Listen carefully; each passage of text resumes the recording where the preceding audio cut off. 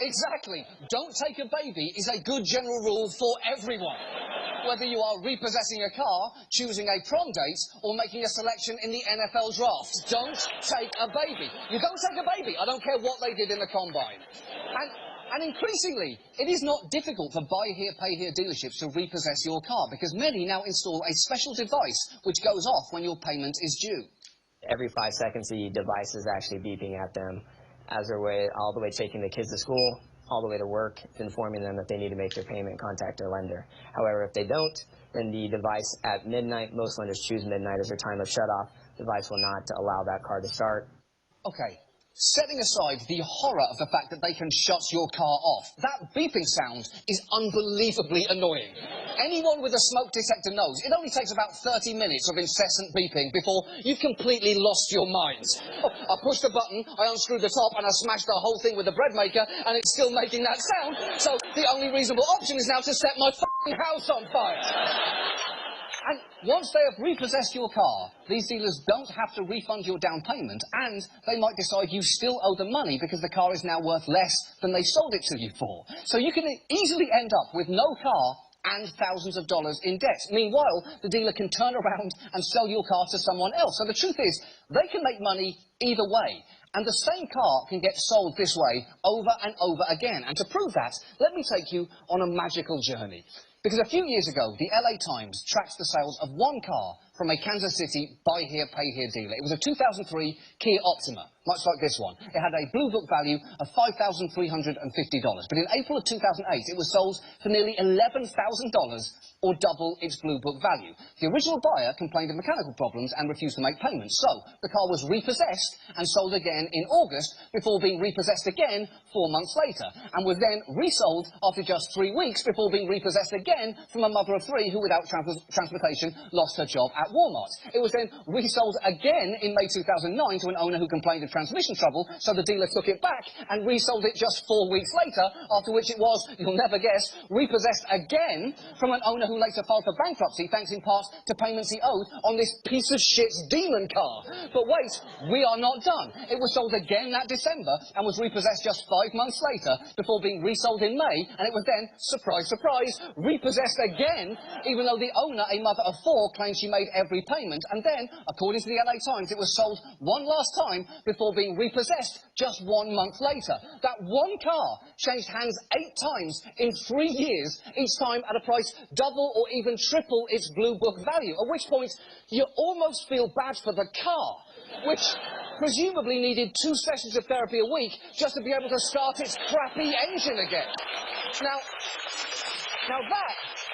that is where the LA Times left it, but we felt so emotionally involved, we actually tracked that car down and discovered that since then it has been sold again, repossessed again, and then sold yet again. And when we called the last listed owner, she said it had been stolen. And I really hope whoever did that drove it straight off a f***ing cliff. Although, I'm guessing even then some sleazy lobster wound up selling it to a poor, unsuspecting fish.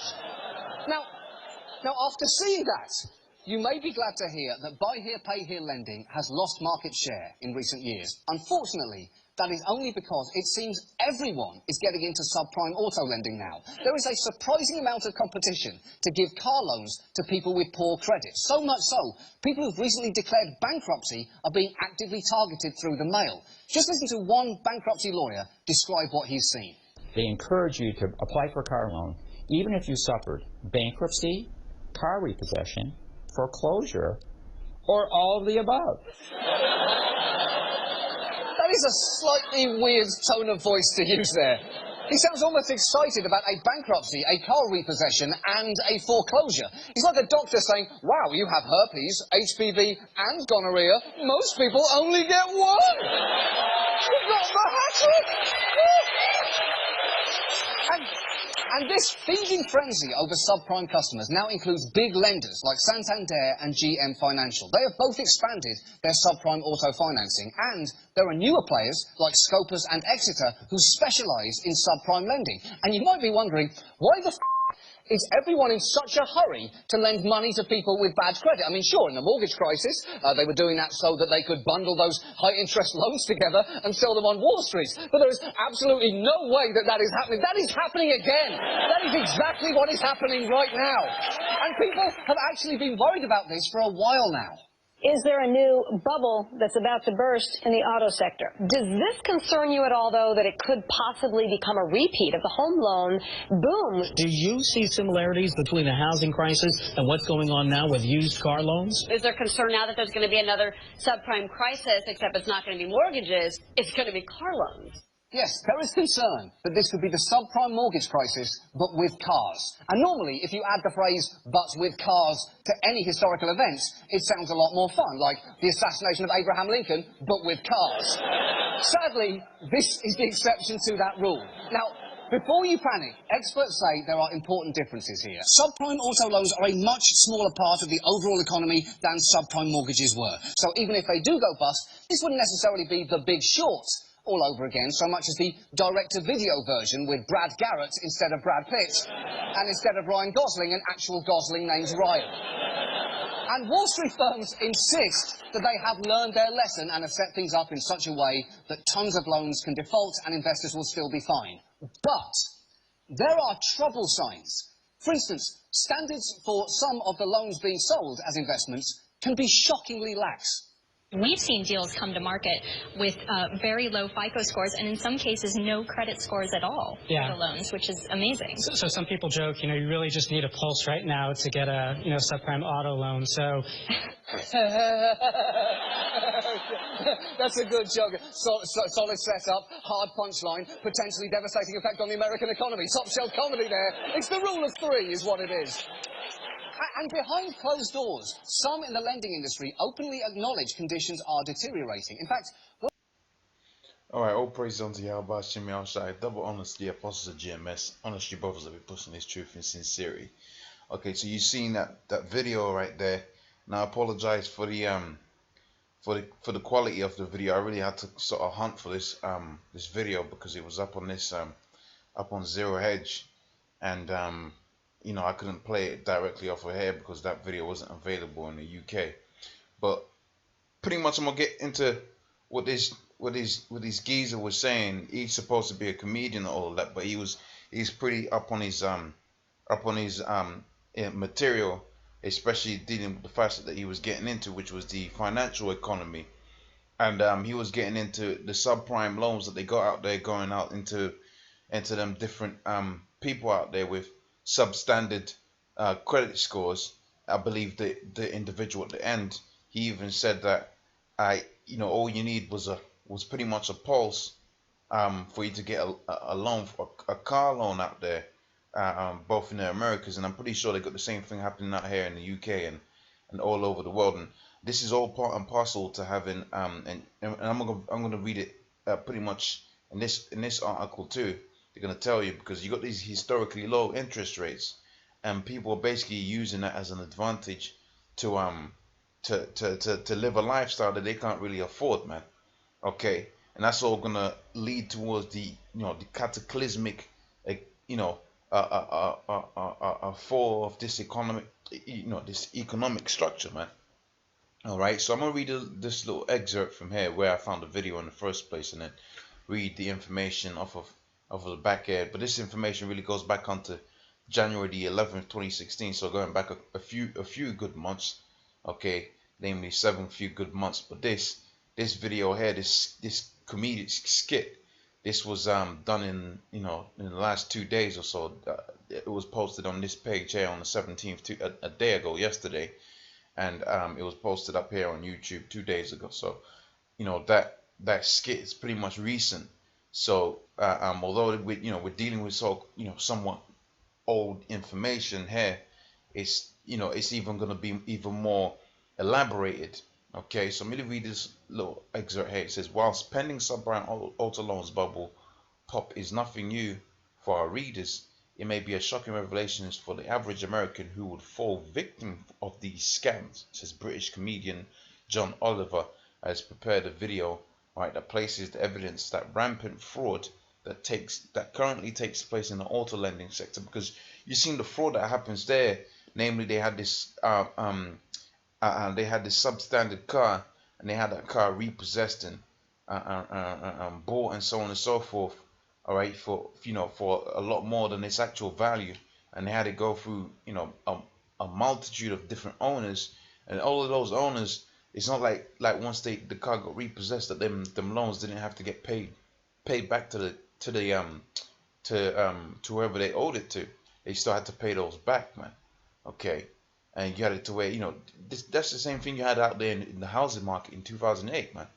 Okay, that's the same thing you had out there in 2008. But see, they're trying to say because it's cars and all of that, people are gonna be more astute. But see, you're gonna have it to where there's more cars available, more people have got access to cars than they've got access to houses, man. So you're gonna have it. You can have this easily, turn into something major, man, if it hasn't already. Okay, so it says here,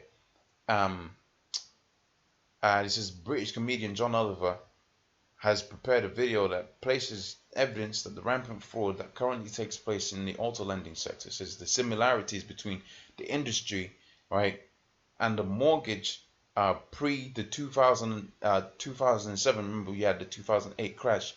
Them subprime loans were really the major factor in that 2008 crash. If I haven't got my information wrong. Okay, and this could be. I mean, it was already a weak economy because of the 2008 crash. Okay, and they got the same thing happening again, but they're saying it's cars this time, man. Okay. So let's move on to this next article here. It's going to be pretty much a short video because you already had this video in the beginning. So, but in terms of reading the actual information, the corroborating evidence, if you will, this is going to be relatively short. So it says, is the auto loan bubble ready to pop? It says on Tuesday it was announced that over 17 million new vehicles were sold in 2015. Okay, so last year.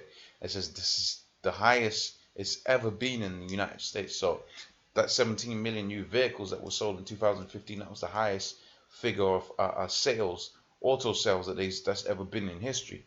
Okay, and it says while the media claims that this record was reached because of dramatic improvements in the U.S. economy, they once again failing